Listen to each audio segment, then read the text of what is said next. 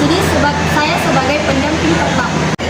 Di sini kita akan kedatangan narasumber yang akan menceritakan tentang pengalaman mereka waktu masih sekolah.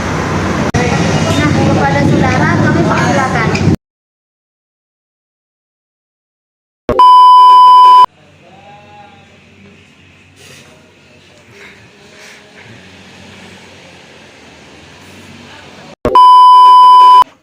Bagaimana kabar Anda hari ini? Apakah baik atau sehat?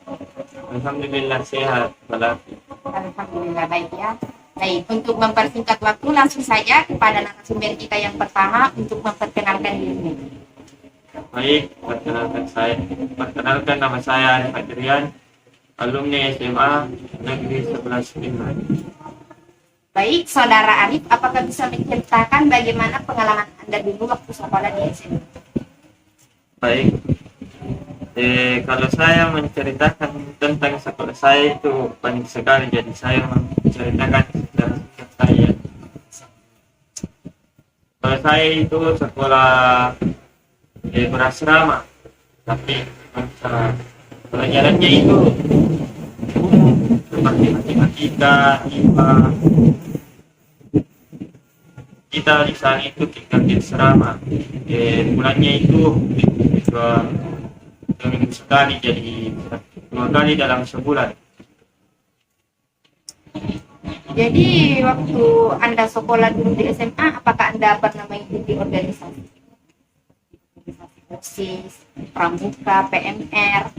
Ya, saya memasuki organisasi di sana cukup banyak, seperti OSIS, PMR, Pramuka, Karya Tulis Ilmiah, Remus, dan lain-lain.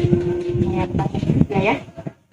Di sekolah saya itu seperti pesantren pada umumnya dan sekolah umum begitu, karena kalau malam hari itu setelah sholat maghrib dilanjut lagi pengajian yang disebut dengan acara maghrib isya, baru setelah sholat isya dilanjut lagi sholat witir, baru kalau itu langsung pergi. Kalau kita sebut di sana itu pantry, tempat makan toh. Tempat makannya itu dipisah antara laki-laki dan perempuan. Begitupun asramanya. Begitu. Kalau subuh juga begitu, kita bangun jam 4, bersih-bersih mandi. Kalau yang mau mandi toh, baru pergi masjid sholat. Sudah sholat subuh, wirid, baru ada juga itu acara English Day, vocab. Di situ kita ditanya tentang vocabulary, bahasa Arab. Kalau sudah itu langsung, kalau sudah salam-salam sama Ustaz itu kembali lagi ke pantry. Yang mau makan atau yang belum tadi mandi langsung ke asrama mandi. Belajar di sana itu sangat ketat. Jam 7 kita mulai belajar, guru masuk, baru istirahatnya itu cuma 1 kali.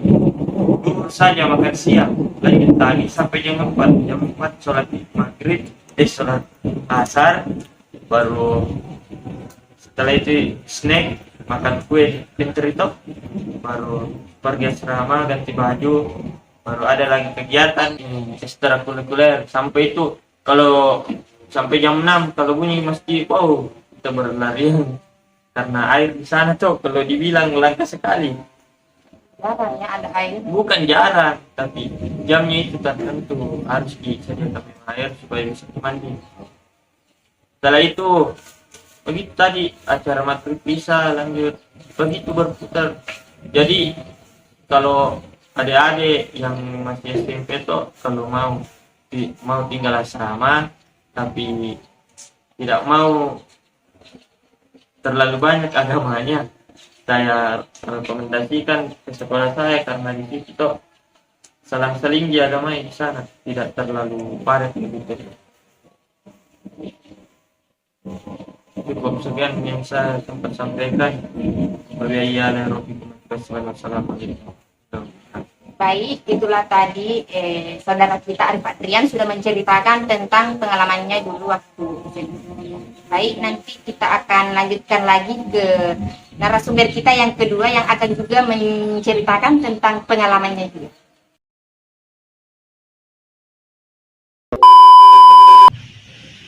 Apa kabar saudara hari ini?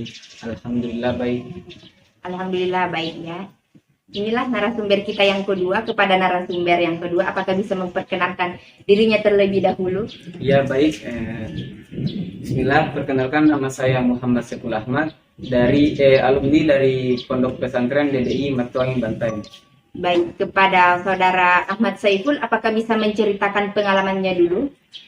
Baik, pengalaman saya waktu di Pondok Pesantren DDI Matuangin Bantai itu sebenarnya tidak jauh berbeda dari narasumber yang sebelumnya, bahwasanya waktu masuk sekolahnya itu dari pagi yaitu jam 7.30 sampai sore yaitu jam 4. Tapi pada saat setelah corona melanda Indonesia, jamnya itu dipersingkat menjadi 2 jam per mata pelajaran saja, dan mata pelajarannya itu lebih dominan ke agama, di mana sekolah umum itu tidak mempelajari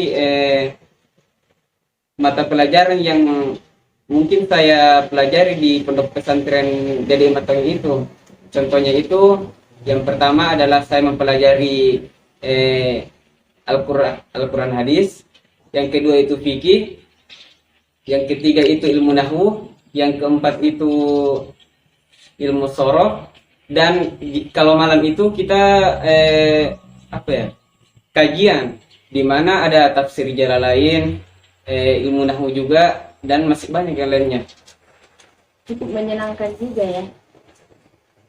Nah, apakah Anda selama sekolah dulu di pesantren, apakah pernah mengikuti organisasi atau organisasi apa saja yang diikuti? Ya, saya itu mengikuti organisasi OSIS. Dan di OSIS itu saya memiliki jabatan sebagai sekretaris OSIS. Mantap. Hebat juga ya. Nah, seperti yang saudara Saifullah katakan tadi, bahwa dia di pesantren dulu menjabat sebagai sekretaris OSIS. Nah, selama Anda menjabat sebagai sekretaris OSIS, apa saja tugas-tugas Anda ketika menjabat menjadi sekretaris?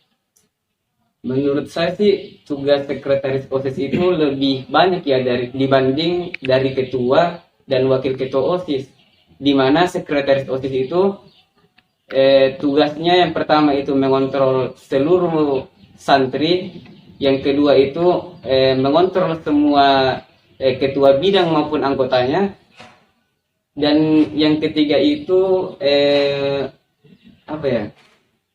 membuat undangan-undangan untuk seluruh ustaz maupun wewenang-wewenang yang lain, lembaga-lembaga yang lain. Itu saja sih menurut saya. Dan sekretaris OSIS itu lumayan berat juga kerjanya. Mengapa saya mengatakan lumayan berat? Karena kita harus kuat mental. Mengapa?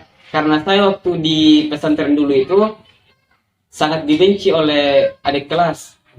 Karena setiap pengajian saya selalu mencatat adik-adik yang main-main dan menghukumnya di pagi hari dengan cara membersihkan seluruh WC yang ada di pondok pesantren. Wow. Itu saja sih. Baik, itulah tadi pengalaman yang diceritakan oleh saudara kita Muhammad Saifullah. Nah, dan untuk kesimpulan yang bisa kita ambil dari pesantren maupun sekolah SMA dari narasumber yang pertama tadi, bahwa mungkin cuma dari segi mata pelajarannya, mungkin di pesantren ada pelajaran yang tidak dipelajari di SMA, begitupun sebaliknya. Mungkin cuma itu simpulannya sih. Baiklah, itulah tadi podcast kita pada hari ini. Cukup sekian dari kami, kurang dan lebihnya mohon dimaafkan. Jangan lupa like, comment, share, and subscribe. Sekian, wassalamualaikum warahmatullahi wabarakatuh.